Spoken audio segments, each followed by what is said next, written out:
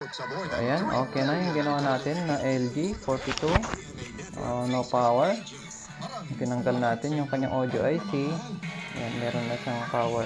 Tapos kinonvert na lang natin na mini amplifier module.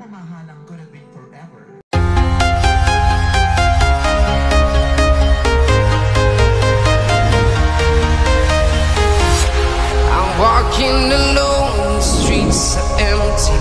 The only thing I can see is my own silhouette. Welcome back sa ating channel. So meron tayong gagawin ngayon na isang LG 42. Yan. So bali galing pa to sa kaibigan nating technician. Galing pa ng Baguio. So bali ang problema nito ay wala siyang power. Yan. So binuksan na niya na to at ang ginawa daw niya dito, sinubukan niyang palitan ng power supply. At hindi pa rin siya umobra. Wala pa rin power, wala siyang indicator. So ito dinala dito sa atin. So bali marami yung dinala na unit. So hindi na natin mabibidyoan lahat. So ito na lang siguro yung bibidyoan natin. So buksan na natin. So yun yung original niyang power supply. So bali yung nakalagay dyan ay ayan na yung pinalit niya. Pero ganun pa rin. Wala siyang power. So mapapansin nyo, parang mas maganda yung nakakabit. So yung isa medyo maitim na siya. So yan na lang nakakabit. Yung hindi na lang natin yan gagalawin. So troubleshoot natin to.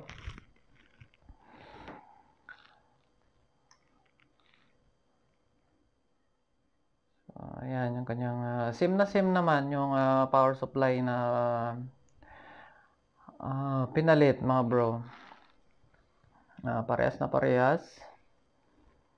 Same model. So ngayon check natin yung mga voltahe. Okay, plug in lang natin.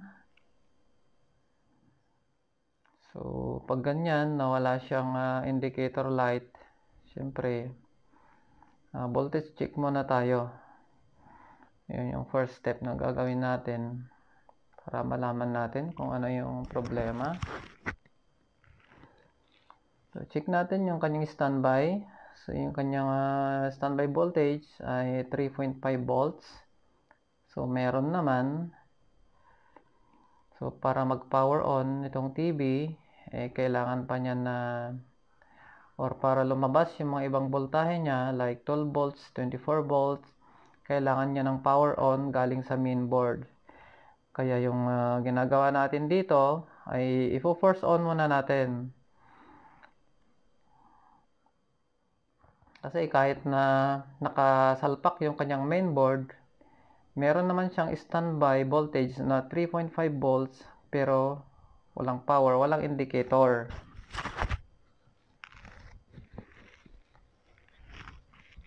So ginawa natin dyan, yung standby 3.5 volts, pwede nating i-short sa power on, PS on. Pero yung ginawa ko dyan, nilagyan ko lang ng resistor yan. Yung nakuha ko na resistor 20 ohms. Gamit tayong test bulb. So mapapansin nyo, yung ginamit ko na test bulb ay isang bumbilya lang, 100 watts. Ayun, hindi namamatay yung kanyang ilaw. Pag dalawa, hindi pa rin namamatay yung kanyang ilaw. So bali yung una nating switch dyan, 100 watts. Yung pangalawa, 60 watts. So meron siyang total dyan na 160 watts. So ano pa rin, hindi pa rin mamamatay yung ilaw. So pag ganon, ang suspect na natin madalas, baka may problema yung power supply. Kaya para malaman natin, disconnect muna natin yung main board. Kaya ang ginawa natin dyan. Ayan. Ayun. Nung naka-disconnect yung kanyang main board, nakalagay pa rin dyan yung kanyang pinang-force on natin na resistor connected sa standby 3.5 to power on or PS on. Check natin yung mga output. Ayan, lumabas yung 12 volts. Okay, lumabas yung 12 volts. Yung 3.5, andun pa rin. At saka check pa natin yung isang output, yung papunta sa audio niya, 24 volts. So, ayan yung 24 volts. So, yung unit na to, medyo mataas yung kailangan niyang watts. Kasi kapag gumamit tayo ng isang bulb, 100 watts, hindi mamamatay yung ilaw. Pero pag ginamitan natin ng dalawang bulb, kaya kailangan meron tayong extra na bulb. Ayan o. Ayan, mapapansin nyo, nung binalik natin yung connection ng mainboard, hindi na naman namamatay yung ilaw natin. So, ibig sabihin, ang problema dito ay yung kanyang mainboard. So, ang isa pa palang problema nito, sabi ng ating kaibigang technician na nagdala, sabi daw ng may-ari, ang unang problema nito bago nawalan ng power ay yung wala siyang audio. Wala siyang may picture, may power, wala siyang audio. Ang gagawin natin dito habang naka force on, kinakapak ko lang kung saan yung mainit diyan. So, wala namang masyadong mainit. Yung audio IC lang ang medyo may konti init dyan. Pero hindi naman masyadong mainit. So, sumunod, nag-check ako dyan ng short. Check ako doon sa, lalong-lalo na sa audio section. So, wala naman akong nakitang shorted dyan. So, okay naman yan. Pero, ang gagawin natin dito, since yung audio IC, yung pinaka-suspect na natin, try natin tong tanggalin, yung kanyang audio IC. So, gamit lang ng hot air, tatanggalin natin, and then, subukan nating isaksak kung lalabas yung kanyang indicator light. Tapos yung kanyang audio IC, kung sakaling gumana siya, pwede naman natin tong lagyan ng external na amplifier board, yung mga maliliit na audio amplifier board. So, ayan, natanggal na natin yung ating audio IC. Ayan na siya.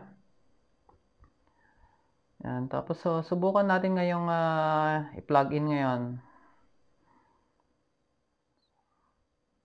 Una natin yung 100 watts. Tapos yung backup natin. Ayun. Nawala na yung ilaw.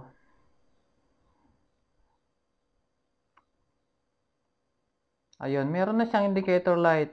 Nung natanggal natin yung kanyang audio IC. So, ibig sabihin, yung kanyang audio IC, yung nagkokos ng kanyang no power, no indicator light. Kaya lang, mapapansin nyo dito na namamatay-matay pa rin siya at umiiliw-ilaw yung test bulb natin dahil hindi niya kaya yung source natin na AC. Kaya ang gagawin natin dito, hindi na natin ito ipapadaan sa ating test bulb. Or pwede naman na gamitan natin ng test bulb. So yung test bulb natin number 2, pwede nating lagyan yan ng 100 watts. So, 60 watts lang kasi yung backup natin na test bulb number 2 natin. Kaya, ayan, dedirekta na natin sa ating line. Ayun. Hindi na siya namatay. Nagtuloy-tuloy na yung power ng TV natin. So, minsan, pag gamit tayo ng test bulb, pag isa lang, wala tayong backup. Ang akala natin, pag hindi mamamatay yung ilaw natin sa isang bulb, baka nagko-concentrate na lang tayong magto-troubleshoot dun sa power supply. So yun pala, yung problema pala nito ay sa kanyang mainboard. So ito, bali hindi ko na pinakita kung paano siya nilagyan ng mini amplifier board. So ayan na. Okay na siya. Bali, susunod ko na lang yung iba. Hindi na natin mabibidyohan mga bro. So yan pa yung isang Skyward na 50. Another Skyward na 50. At meron pa sa labas. Yung iba, maliliit na unit. So, ito na pala yung Skyward na 50. Problema nito kanina ay panel issue. No display siya kanina. Tapos nang napag-display natin, may konting flickering. Kaya ang ginawa natin dito ay modify na lang tayo dun sa kanyang T-con. So, kinat ko yung kanyang LC1, LC2, and then minodify natin yung kanyang supply. Kaya ito okay na. At saka yung ibang unit na ginawa ko kanina ay okay na din. Okay, hanggang dito na lang. Maraming salamat.